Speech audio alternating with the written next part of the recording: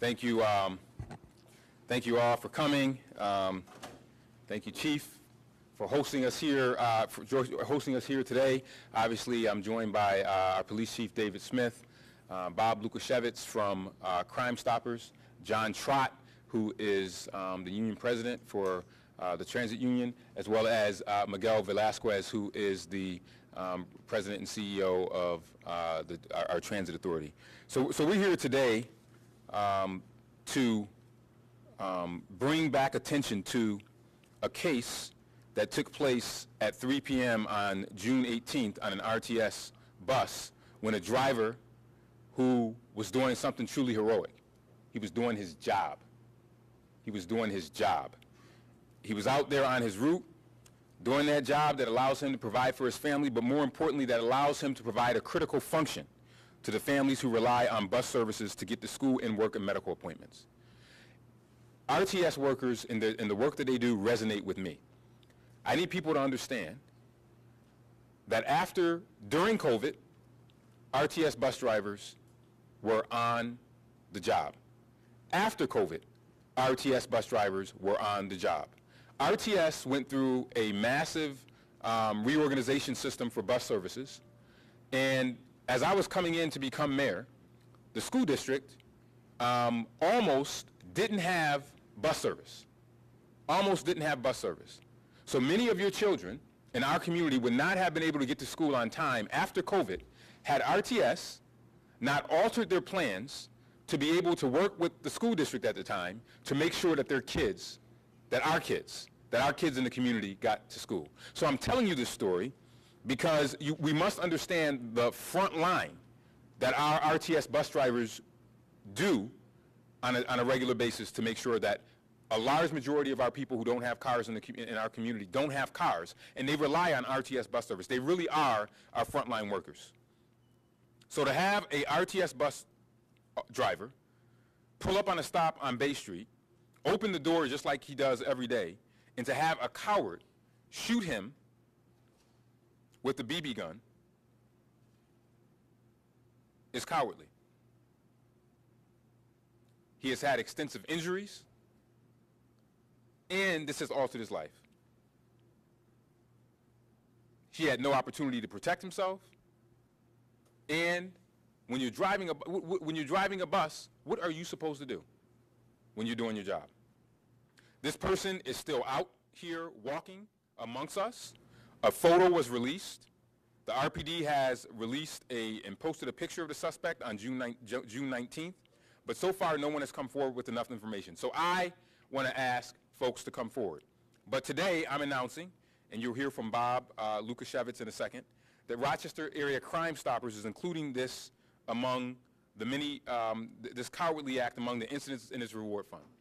I have donated $1,000 to this reward fund, and Bob will talk about CrimeStoppers, but in a CrimeStoppers reward fund you can get up to between $500 and $2,000 for information leading to the apprehension of the suspect, and you can do it anonymously.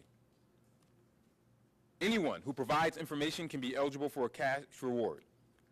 This cowardly act was more than just an assault on one of our bus drivers. It was an assault on our entire community. It was an assault on everyone who serves the public, and it was an assault on every member of the public who relies on the critical services, which is everyone. Nobody should have to go to work in fear that someone might try to harm them in their workplace. Those who serve the most vulnerable people in our community shouldn't have any reason to fear their customers. Somebody knows who this suspect is. Somebody knows who he is and what he did. And somebody needs to come forward with that information and help us make an arrest. And that's why I'm glad that CrimeStoppers has stepped forward to include this incident in its reward fund. As I said, I was proud to be able to donate to this fund. And just to be clear, donations to CrimeStoppers aren't applied to individual crimes. And that's why my contribution will go to the entire CrimeStoppers, will go into the CrimeStoppers pot. But I am glad to make this donation because I value this incredible resource we have in our community. CrimeStoppers is an important tool in our crime-fighting toolbox because it empowers our most valuable resources, the community we serve.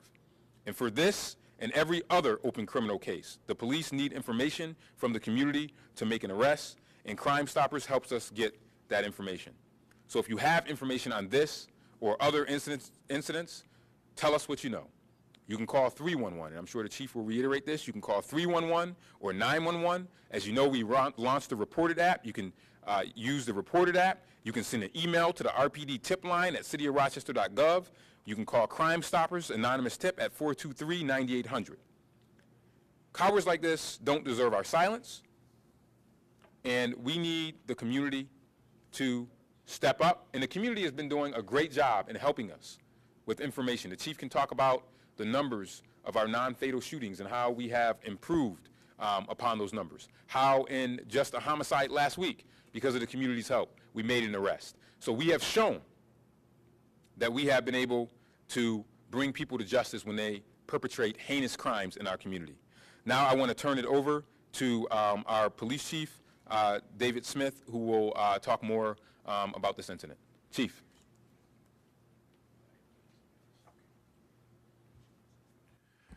Thanks, Mayor. Yeah, just to reiterate, you know, we put the picture of this individual out shortly after the event. It is a very, very, very clear picture. So, you know, the fact that we have been unable to generate any leads tells me probably, I would think, that, you know, folks, again, see non-fatal shooting or non-life-threatening injuries and they just go about their day. Well, you know, this bus driver is not just going about his day. He's had to have more than one surgery, even though this was a BB gun. So this is a life-altering injury. This is a life-altering event. Captain Bello is going to re-release the photo. It'll be on all of our media sites. I encourage everyone, please take a minute out of your day, take a look at the photo. Someone knows who did this. Someone knows who changed this bus driver's life forever. Someone needs to please give us a call. There's multiple ways, as the mayor said. Crime Stoppers, 311, 911. Go to the website, go to the Reported app, call the mayor's office. He'll get me the information. We get information through John Brock at the mayor's office all the time. So please, it's worthy of taking a look, giving us a hand, helping us bring this person to justice. I'm going to pass it over to Bob Lukashevitz from Crime Stoppers. Thank you, Chief. Thank you, Mayor Evans. Thank you, Chief Smith. I just want to say a word about the work we do at Crime Stoppers, but I want to mention as well to those in attendance here and to those listening, the support we've received from the mayor's office ever since this mayor's taken office has been incredible. He's supported Crime Stoppers financially. He's supported Crime Stoppers' mission, and he's done it quietly and very effectively. And I think it's important to mention that as we all look for ways to combat some of the crime occurring in the community, Mayor Evans has stepped up, and I want to be clear about that. He has helped us a great deal. A little bit about Crime Stoppers, so we have the information out there. Yes, we're a reward fund. We've been in the Rochester community since 1983. We're a nonprofit. We operate on the good graces of many corporate donors who help fund us, and there's a few grants that help supply our reward fund. But the reward fund is anonymous, and for those of you who are hearing my voice and listen to the mayor and the chief today, you know, the calls come in through the tip line. They are anonymous. We're not going to ask your name. The information is then sorted out through investigators to work on it to understand if there's value to it. The information is then processed through the police department, whatever agency is responsible for that. And it's not a situation where we ask people for their name, not a situation where we ask people to testify in court. If the information is there, if it bears fruit, if it's worthwhile, that's not necessary, and that's how Crime Stoppers operates. So understand it's anonymous. As the mayor mentioned, the rewards we offer range from $500 to $2,000. It's on our website, and that's substantial. And this particular crime is a serious crime, and we're going to put our resources to work with the mayor and the RPD Police Department to help see if we can solve this thing. So I want to get that message out. Crime Stoppers is a valuable asset that we need to take advantage of. Again, look at the website, Rochester Area Crime Stoppers. This stuff is all out there. We have a number of initiatives that we support, general reward fund and other funds that go along with that, but we have the money to support this, and we would like nothing better than to pay a reward out for this particular crime. So please look at that, pay attention to this, and remember, it is anonymous, and we will do what we can to help solve this particular crime. Okay. Thank you. Thank you. Thank you, Bob, and thank you for all your leadership at Crime Stoppers and for being such a great partner with the City of Rochester. I now want to call to the podium Miguel Velasquez, who is our leader at RTS, another great city partner. Miguel. Thank you, Mayor Evans. Thank you, RPD and Crime Stoppers, for raising awareness around this issue and for your leadership in helping to identify the person who inflicted harm to one of our drivers. I also want to thank John Trott, his GRTA board member and the union president representing our RTS drivers, for his support in keeping our drivers safe. Like the mayor said, I don't have much to add. Our drivers are there every day providing a critical service to our community.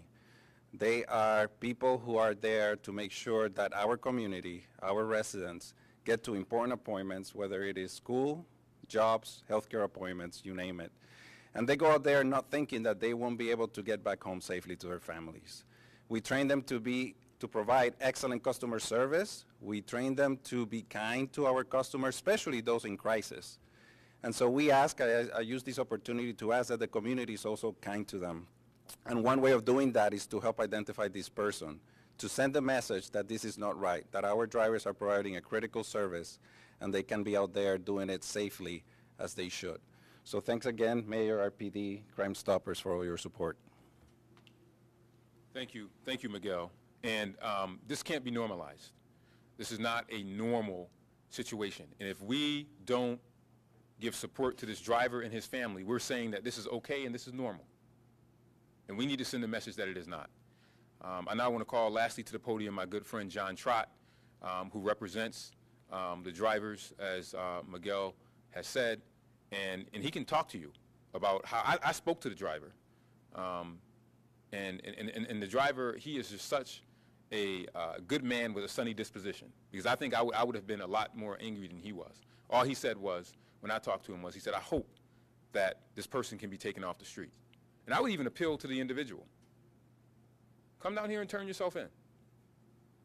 You don't want to be on the run. Come down here to the public safety building and turn yourself in. But if you're not going to do that, someone knows who this is. Family member might know who he is, a friend, but he altered someone's life. And this gentleman, this person, this perpetrator, should not be walking among us, not being held accountable for injuring an innocent man. So I want to have John just come forward, who represents the workers at the Transit Authority. John. Good morning, everybody. I want to thank Crime Stoppers, RPD. Thank you for helping out. The driver's name is Oscar. I mean, everybody explained how it changed his life, but I definitely want to thank the mayor.